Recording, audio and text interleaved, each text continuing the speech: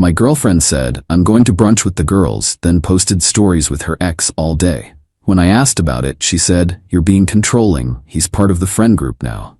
I didn't argue. That night, I packed my bags and left. Now I, 28 male, have been with Jessica, 26, for 3 years. We moved in together 18 months ago, split everything 50-50 on a 2-bedroom in downtown. I thought we were solid. 2 weeks ago, Saturday morning, Jessica's getting ready, doing that thing where she tries on 3 outfits but ends up wearing the first one. Says she's meeting the girls for bottomless mimosas. Cool. I had plans to catch up on work anyway. Noon rolls around. I'm on the couch, laptop open, when her Instagram story pops up. There's Jessica, laughing at some rooftop bar. But it's not just the girls, there's Richard. Her ex, the one she dated for 4 years. The one who broke her heart when he moved to Seattle for work. The one who apparently moved back 3 months ago but she forgot to mention it. The stories kept coming. Group shots, but also just them. Sharing food. Him fixing her necklace. That specific kind of touching that's technically innocent but absolutely isn't. I screenshot everything. Not because I'm crazy, because I've learned to document things. She gets home around 4 p.m. tipsy and glowing. I'm still on the couch. How was brunch with the girls? Amazing. Becca ordered like 3 desserts. Cool. Who else was there? She lists names, doesn't mention Richard. Anyone else? Nope. Just us girls. Why? I show her the screenshots. Her face does this thing. Surprise, then annoyance, then that practiced look of righteous indignation. Were you stalking my stories? They're public, Jessica. Richard is part of our friend group now. The girls invited him. I didn't think it was a big deal. You literally just said it was only girls. Because I knew you'd overreact. See, this is exactly what I'm talking about. You're being controlling. He's just a friend now. We're adults. If you can't handle me having male friends. I let her finish the speech. Then I said, okay. Yeah, you're right. I'm being controlling. She looked confused but pleased. Kissed me on the forehead. I'm glad you see that. I'm going to shower. While she showered, I did 3 things. Checked our lease. It was the original lease from before she moved in, now month to month. My name was the only one on it. We'd always meant to add her, but life got in the way. It was a loose end I was suddenly very grateful for. Texted my buddy Joseph, who owns a storage unit business. Started packing. Not dramatically, methodically. My important documents first, then electronics, then clothes. Everything I could fit in my car without it being obvious. Jessica came out towel drying her hair. Didn't notice the half-empty closet. Didn't notice my missing laptop setup. Just asked what I wanted for dinner. Whatever you want, I said. I'm easy. We ordered Thai. Watched Netflix. She fell asleep on my shoulder like nothing had happened. I stayed up thinking about the 3 years, the plans we'd made, the ring I'd started saving for. At 3 a.m., I got up. Packed the rest. Left a note. You're right. I am controlling. So, I'm removing myself from the equation. Rent's paid through the end of the month. Your stuff is safe. Please be out by the 30th. I drove to Joseph's place. He'd cleared out his spare room months ago after his divorce. Funny how things work out. My phone started blowing up around 7 a.m. What the fuck, David? You can't just leave. Where are you? This is so immature. We need to talk about this like adults. I didn't respond. Changed my relationship status to single. That's when things got interesting. Within an hour, I had messages from mutual friends. Jessica was spinning it hard. According to her, I'd had a paranoid episode and abandoned her because she had male friends. She was the victim of my toxic masculinity. I still didn't respond, but I did post the screenshots. All of them. With one caption. For clarity. The narrative shifted real quick. Update 1. She showed up at my office. It's been 5 days since I left. I've been staying at Joseph's, focusing on work, hitting the gym at 5 a.m., trying to establish a routine. It was working. Until yesterday. I'm in a meeting with 3 clients when our receptionist knocks. Says someone's here for me. Says it's urgent. I excuse myself. Walk to the lobby. There's Jessica. But not regular Jessica. This is Jessica in full performance mode. Hair perfect. Makeup subtle but effective. Wearing that dress I bought her for her birthday. The one she knows I love. David, please. 5 minutes. I'm in a meeting.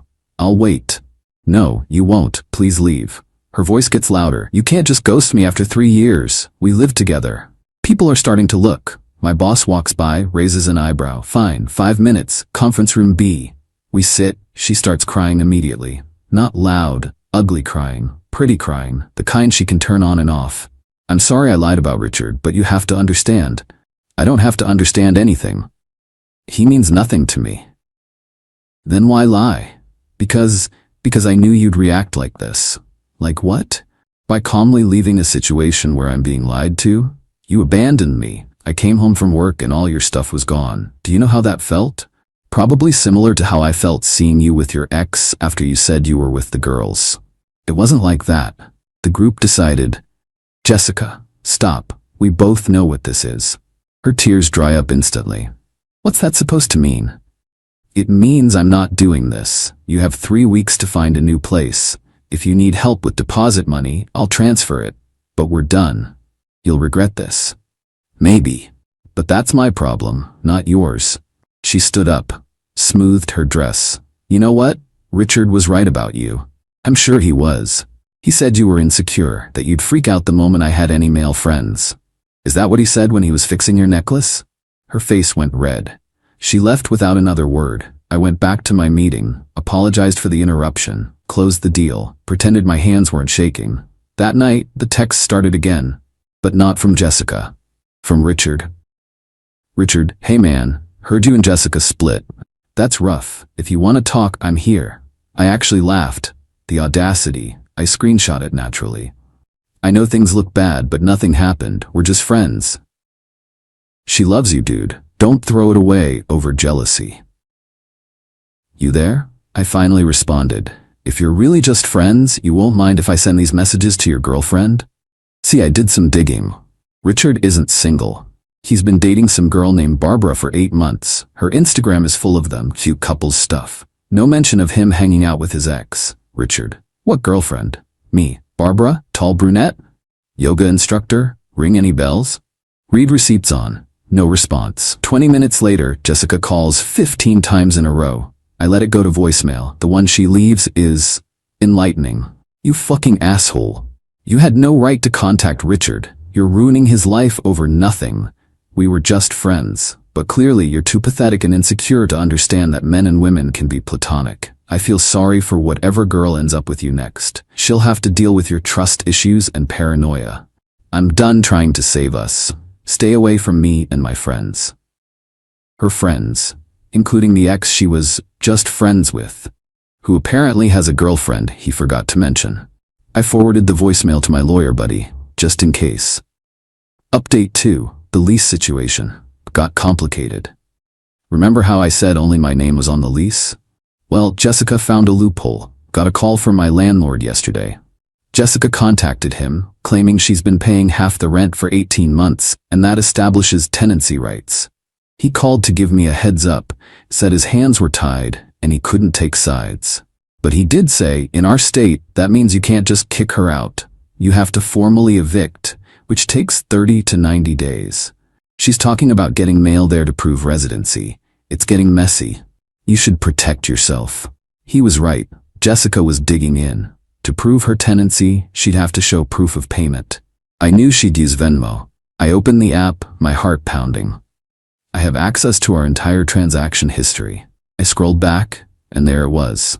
Mixed in with 18 months of rent and utilities were some interesting transactions she'd sent to Richard. For last night, $200.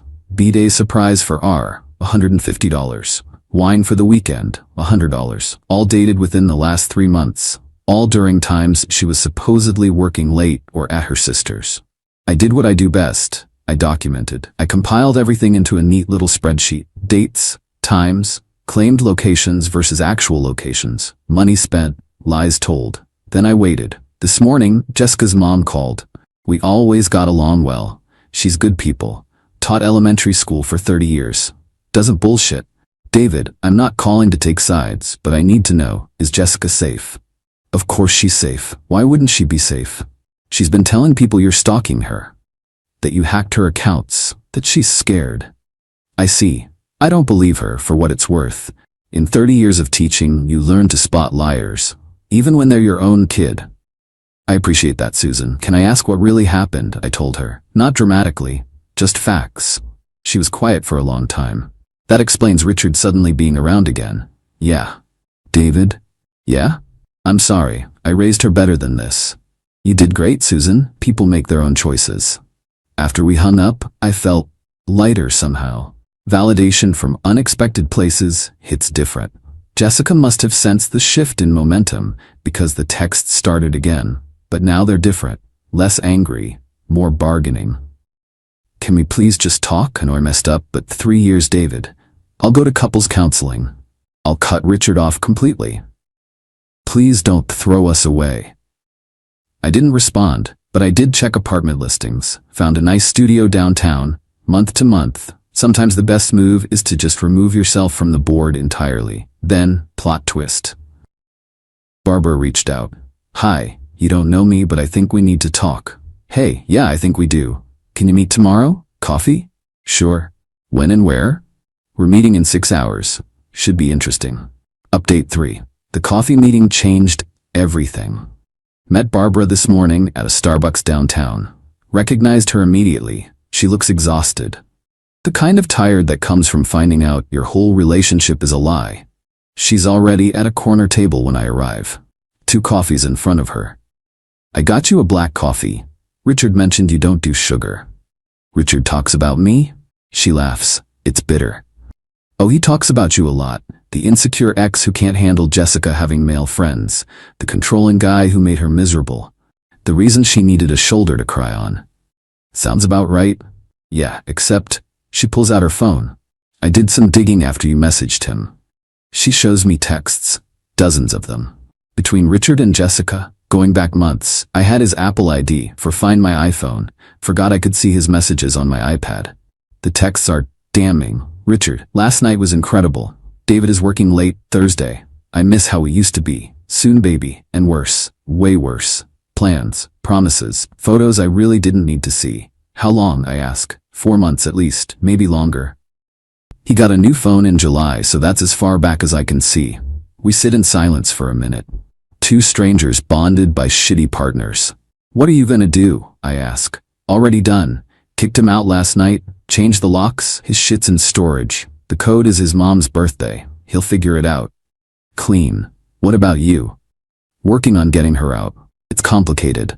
She nods, then slides a flash drive across the table. Everything's on there. Screenshots of the texts, the dates, the times. My lawyer said it's all solid if you need it. Why? Because fuck them, but also, she looks tired again.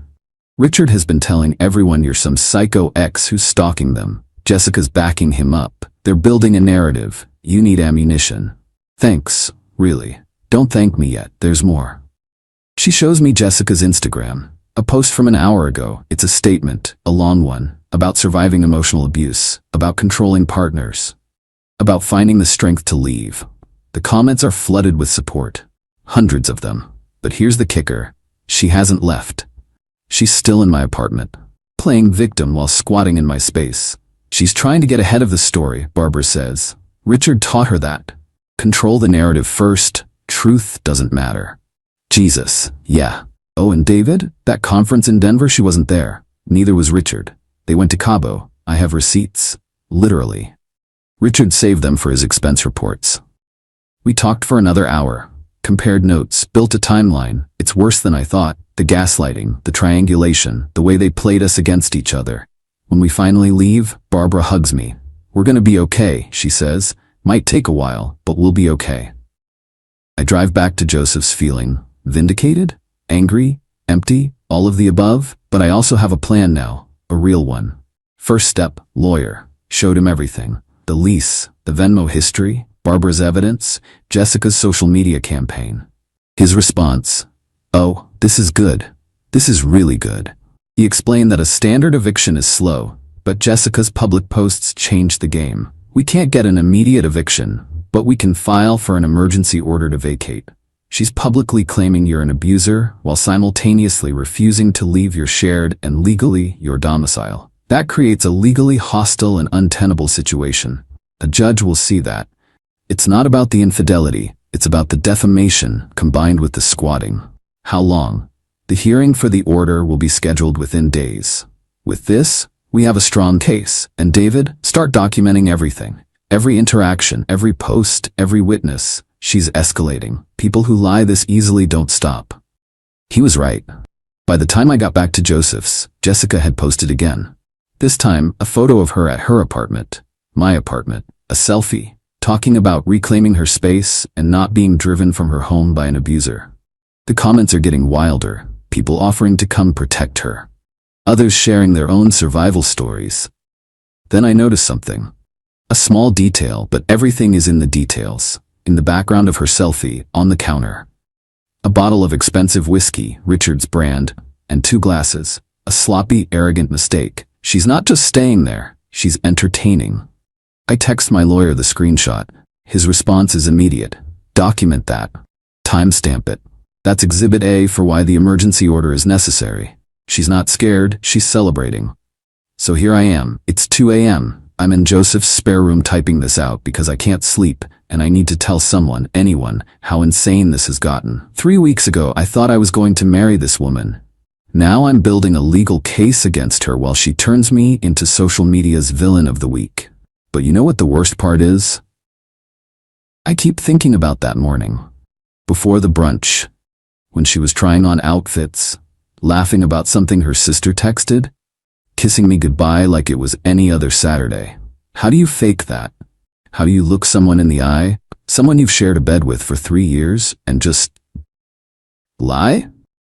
Not even feel bad about it? I don't know. Maybe I'll never know. What I do know is this. In 12 hours, my lawyer files for the emergency hearing. Her little social media campaign is about to meet a court clerk, and every single person who's been commenting support on her posts is about to get a very different story. Because I'm done being quiet. Done taking the high road. Done pretending this is just a normal breakup. She wants to play victim? Fine, but victims don't usually have 4 months of affair evidence stacked against them. Final update tomorrow after the hearing. If my lawyer's right, this is about to get very interesting. Final update, it's over, mostly. The hearing was this morning. 9 a.m. I wore my best suit, brought everything. The binder my lawyer prepared was thick enough to stop a door. Jessica showed up 20 minutes late with Richard because of course she did. She wore all black, like she was in mourning, trying to project vulnerability. The judge was an older woman. No nonsense, the kind who's heard every possible story. My lawyer laid it out cleanly. This wasn't a standard eviction hearing. This was a petition for an emergency order to grant the sole leaseholder exclusive possession of his home due to the occupant's creation of a hostile and defamatory environment. He presented the lease with only my name. Jessica's social media posts where she called me an abuser. The screenshot of her selfie with Richard's whiskey in the background, time-stamped while she was claiming to be in fear. Barbara's flash drive, which my lawyer submitted as evidence of a coordinated campaign of deception. The look on Jessica's face when the judge reviewed the photo of the whiskey glasses. When my lawyer brought up the Cabo receipts, proving a premeditated affair, not a simple friendship. Her lawyer tried to argue. He talked about tenant rights, about emotional distress. Judge Davis cut him off. Counselor, your client has publicly accused Mr. Peterson of abuse, a very serious claim. Yet she not only continues to reside in his home, she appears to be entertaining guests. She can't claim both to be a terrified victim and a comfortable tenant in the same breath. It undermines her credibility entirely. Jessica's lawyer asked for a recess. They huddled in the corner. Jessica kept shooting looks at me. Not angry anymore. Panicked. When they came back, her lawyer stated they would agree to vacate the premises within 48 hours if I would drop any future defamation claims. My lawyer looked at me. I could have pushed for more. But I just wanted it to be over. 48 hours. All her belongings out. Professional cleaning afterward at her expense. And her social media posts making the accusations must be deleted immediately. The judge made it so. Jessica signed the agreement without looking at me. As we were leaving, Richard blocked my path in the hallway. He had the gall to look sympathetic. Hey man, for what it's worth, I'm sore. Save it, Richard. How's Barbara, by the way? His face went blank. What? We had coffee, compared notes. She's doing great. Change the locks, I hear. Put your stuff in storage. The The code is your mom's birthday in case she forgot to tell you. He went pale. He started to say something, but his phone buzzed. He glanced at it, a look of pure dread on his face. It buzzed again. Jessica grabbed his arm. We need to go. They left together. The ex who meant nothing. The guy who was just part of the friend group. My lawyer clapped me on the back. Clean win. How do you feel? Honestly, empty. Not sad. Not happy. Just done. I went back to work. Told my boss I'd need the next 2 days off to supervise the move out. He said to take the week. Good companies remember who shows up even when their life's imploding. That was 6 hours ago. Since then, Jessica's Instagram posts about me have been deleted. Then her whole account went private. Richard blocked me on everything. Barbara texted, heard from a friend the posts are down, good for you. Joseph ordered pizza and beer, well, pizza and soda for me. My mom called. She'd seen the original post through a cousin. Was worried. I told her the truth. She just said, I never liked her anyway. The apartment will be mine again in 48 hours. I'll deep clean it, maybe repaint, definitely getting a new bed. But right now, I'm sitting on Joseph's back porch. It's quiet, I can hear the city in the distance. And for the first time in 3 weeks, I'm not angry. I'm not checking my phone. I'm not documenting anything. I'm just here. Jessica was right about one thing. Love does make people crazy. It makes them trust when they shouldn't. Forgive when they shouldn't. Stay when they should leave. But it also shows you who people really are. And sometimes the person you loved never existed at all. They were just better at pretending than you were at seeing. To everyone who messaged asking for updates, this is it. Story's over. Well, mostly. Still got to get through the move out. Still might have some fallout. But the war, that's done. I won. I think. If you can call this winning. Maybe in a few months, I'll feel victorious. Right now I just feel tired, but also a little bit free.